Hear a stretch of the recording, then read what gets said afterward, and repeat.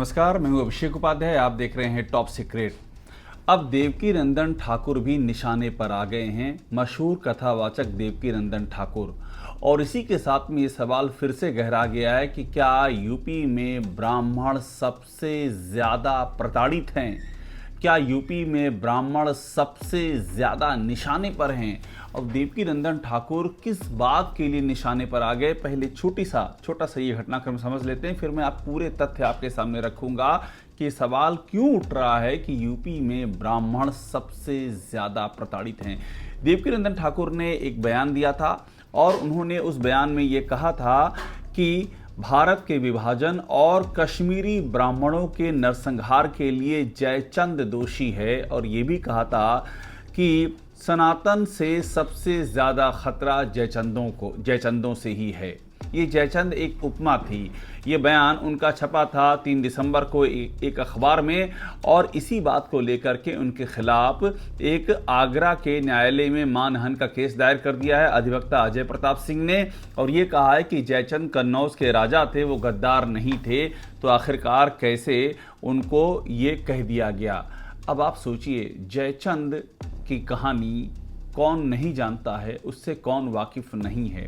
अगर इतिहास बदलना है तो बात कीजिए भारत सरकार से, अगर इतिहास बदलना है तो गुहार लगाइए योगी आदित्यनाथ यूपी के सीएम से कि वो जयचंद को घोषित कर दें देश के सबसे प्रतापी और देशभक्त सम्राट के तौर पर। तो इतिहास बदलिए।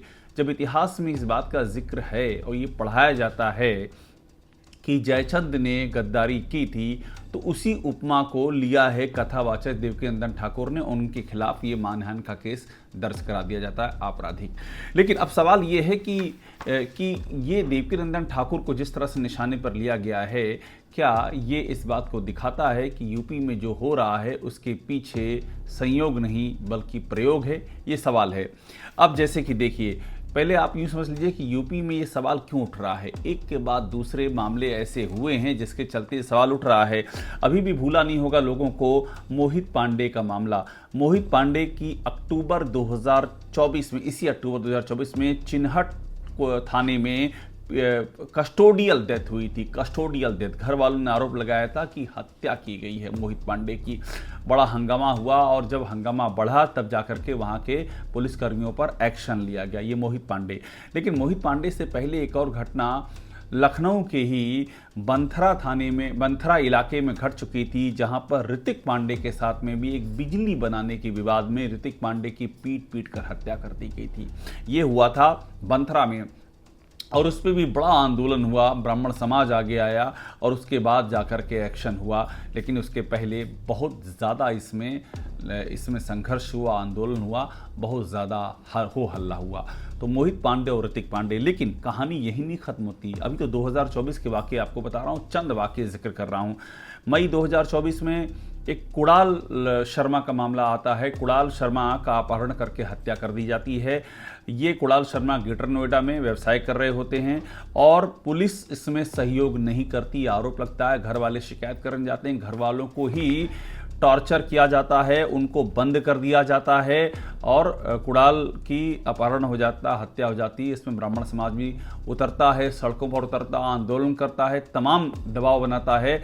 लेकिन मामला ढाक के वही 3 पात ही रहता है। ये कुणाल शर्मा की कहानी मैंने आपको बताई। उसके बाद हाथरस में योगेश उपाध्याय का मामला। योगेश उपाध्याय के बारे में एक बात और बताना ज़रूरी है कि वो अखिल भारतीय ब्राह्मण एकता परिषद के जिलाध्यक्ष थे। उनकी भी हत्या कर दी जाती है हाथरस में। उसको लेकर के बहुत ही आक्रोश पनपता है और ये आक्रोश सड़कों पर आता है। साथ में अभी भी सबके जहन में होगा सुल्तानपुर में डॉक्टर घनश्याम तिवारी के साथ में जो हुआ था, जिस तरह से डॉक्टर घनश्याम तिवारी की पीट कर हत्या कर दी गई थी सुल्तानपुर में, और उसमें भी घर वालों ने इल्ज़ाम लगाया कि एक्शन नहीं हो रहा है, इसमें भी प्रभावशाली लोगों को छोड़ा जा रहा है। ये जो मैंने आपको उदाहरण गिनाए, ये चंद उदाहरण हैं, ऐसे उदाहरणों की भरमार है। अब यूपी में ब्राह्मणों की स्थिति क्या है? मतलब इतनी घटनाएं हो रही हैं, बार बार कहा जा रहा है ब्राह्मण सबसे अधिक निशाने पर हैं।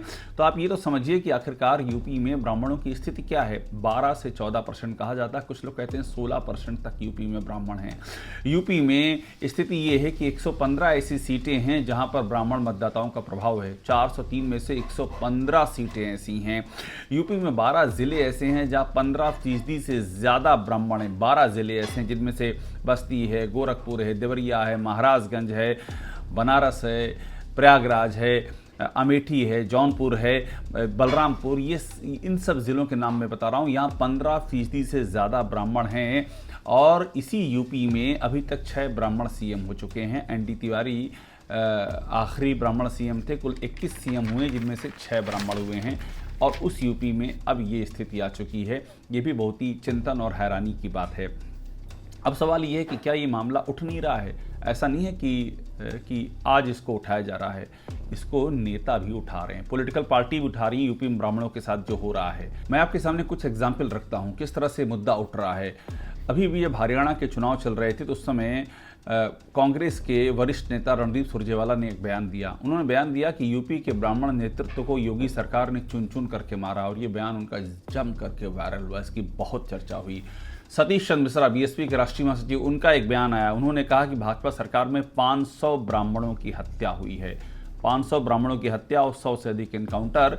ये बयान था सतीश चंद्र मिश्रा का, बीएसपी के राष्ट्रीय महासचिव, बीएसपी का ब्राह्मण चेहरा माने जाते हैं। ऐसे एक बयान आया समाजवादी पार्टी की महिला सभा की जो राष्ट्रीय महासचिव हैं अर्चना पांड्या का। उन्होंने कहा कि ब्राह्मणों की सबसे ज़्यादा हत्याएं हो रही हैं। तो ये 3 बयान बताने का मतलब ये था कि ये मामला तो पॉलिटिकली भी उठाया जा रहा है। बिना आग के धुआं नहीं होता है, ये धुआं जो उठ रहा है यानी कि आग है कहीं ना कहीं। अब आपको हम एक इनकाउंटर का आंकड़ा बताते हैं। यूपी में कितने इनकाउंटर हुए हैं, उन इनकाउंटरों में क्या हुआ है, किसको टारगेट किया गया है। यूपी के जो इनकाउंटरों की लिस्ट सामने आई और ये मैं मीडिया रिपोर्ट्स के हवाले से बता रहा हूँ, उसमें 10 ब्राह्मण हैं। 2017 से 2024 के बीच इनके नाम जान लीजिए। सचिन पांडे, राजेश दुबे, अमर दुबे, कार्तिकेय मिश्रा, विकास दुबे, राकेश पांडे, वकील पांडे, विनोद कुमार उपाध्याय, विनय श्रोतिया, अनिल नागर उर्फ अनिल दुजाना, ये चंद नाम शामिल हैं जिनके और भी नामों की कमी नहीं है। कुछ मैंने बताए हैं, लोग इसमें और भी ऐड करते हैं। एक इसमें अहम बात और है कि अभी हाल ही में एक और मामला हुआ अनुराग दुबे का, उसने भी सबको हैरान कर दिया। अनुराग दुबे को जिस तरह से पुलिस अनुराग दुबे के पीछे पड़ी, मामला है यूपी के फर्रुखाबाद का। अनुराग दुबे के ऊपर एक के बाद एक करके उसके जानने वालों पर 85 से ज़्यादा मुकदमे लाद दिए गए और जब भी अनुराग दुबे को बुलाया जाता पेशी के लिए, कोई ना कोई मुकदमे लाद दिए जाते। हालत ये होगी कि अनुराग दुबे को सुप्रीम कोर्ट की शरण में जाना पड़ा और सुप्रीम कोर्ट ने यूपी के डीजीपी को सीधी चेतावनी दे डाली कि अगर अनुराग दुबे को छुआ भी तो ऐसा आदेश पारित करेंगे कि जिंदगी भर याद रखोगे। यूपी के डीजीपी को ये जो आदेश मिला, सुप्रीम कोर्ट ने जो बात कही, उसके पीछे वजह थी। अनुराग दुबे पे एक के बाद 2, 3, 4 लगातार मुकदमे किए गए, ये एक बड़ी वजह थी। और इतने मुकदमे कर दिए गए कि अनुराग दुबे को छोड़ करके भागना पड़ गया और अनुराग दुबे सुप्रीम कोर्ट की शरण में पहुंच गए। हमने अनुराग दुबे का पहला इंटरव्यू किया। अनुराग दुबे की बात सुनिए, किस तरह से अनुराग दुबे पर, उनके परिवार वालों पर, बच्चों पर किस तरह से मुकदमे लादे गए, किस तरह से खाते सीज किए गए, परिवार के साथ में क्या हुआ अनुराग दुबे के, ये भी सुन लीजिए आप। वैसे ही फिर तड़ातड़ मुकदमे लिखना शुरू हो गया। लगातार मेरे ऊपर अब तक 26 मुकदमे दर्ज किए जा चुके हैं, जिसमें कि 3 गैंगस्टर हैं, जबकि मैं पेशे से अध्यापक हूँ। मेरे पूरे परिवार को प्रताड़ित किया जा रहा है। बताइए, 3 गैंगस्टर लिख दिए गए। क्या आपको लगता है कि 1 गैंगस्टर, 2 गैंगस्टर, मेरे यहाँ बच्चों तक के खाते सीज कर दिए गए। मेरी पत्नी अध्यापक है, उनका खाता सीज कर दिया गया। हमारे घर में सारे खाते सीज कर दिए गए। बच्चों की फीस नहीं जा पा रही है। समझ में नहीं आ रहा है कैसे जिए या मरे, क्या करें, समझ में नहीं आ रहा। ऐसी एक मामला पंडित हरिशंकर तिवारी का के साथ हुआ। पंडित हरिशंकर तिवारी अब नहीं हैं, वे कद्दावर ब्राह्मण नेता रहे हैं। एक बड़ा नाम है पूरा पूर्वांचल के हिस्से में, हर कोई उनको जानता है। और उनका जब एक चबूतरा बनाया जा रहा था उनकी प्रतिमा लगाने के लिए, तो उस चबूतरे पर बुलडोजर चला दिया गया। अब सवाल उठा कि ये कौन सी खुंदक है, ये कौन सी खुन्नस है कि पंडित हरिशंकर तिवारी एक बड़े नेता, गोरखपुर के रहने वाले, चिल्लू पार के, और जिनके की मानने वाले लोग हैं, इतनी बड़ी तादाद में मानने वाले लोग हैं, उनकी मूर्ति स्थापित करने के लिए एक चबूतरा बन रहा है, उस पर आखिरकार बुलडोजर क्यों चला दिया जाता है, ये सवाल उठा। इस सवाल को समाजवादी पार्टी के जो सुप्रीमो अखिलेश यादव उन्होंने भी उठाया और आलम ये हो गया कि बीजेपी के अंदर से आवाज़ें उठना शुरू हो गई। बीजेपी के जो एक बड़े ब्राह्मण नेता हैं सुनील भराला, बड़े ब्राह्मण नेता हैं, राष्ट्रीय परशुराम परिषद के संस्थापक हैं, उन्होंने ये कह दिया, हमने उनका भी इंटरव्यू किया, उन्होंने हमसे ये कहा कि ब्राह्मणों को एकजुट होना पड़ेगा, ये बटेंगे तो कटेंगे का नारा ये तो ब्राह्मणों के लिए, यहाँ तक उनको कह देना पड़ा। ये बीजेपी के अंदर से आवाज़ आई। सुनील भराला ने आखिरकार ये बात उनको कहने पर वो मजबूर हो गए और मामला घटनाक्रम था मोहित पांडे को लेकर के। सुनिए सुनील भराला ने क्या कहा था। तो उत्तर प्रदेश के 19.5% ब्राह्मण समाज जो है अपना, उसको इस नारे को जो हमारे उत्तर प्रदेश के मुख्यमंत्री जी ने पूरे देश में प्रचलन भी है नारा कि बटोगे तो कटोगे, ये ब्राह्मणों को भी विचार करना पड़ेगा इस पर। सुनील भराला का आपने मामला सुना।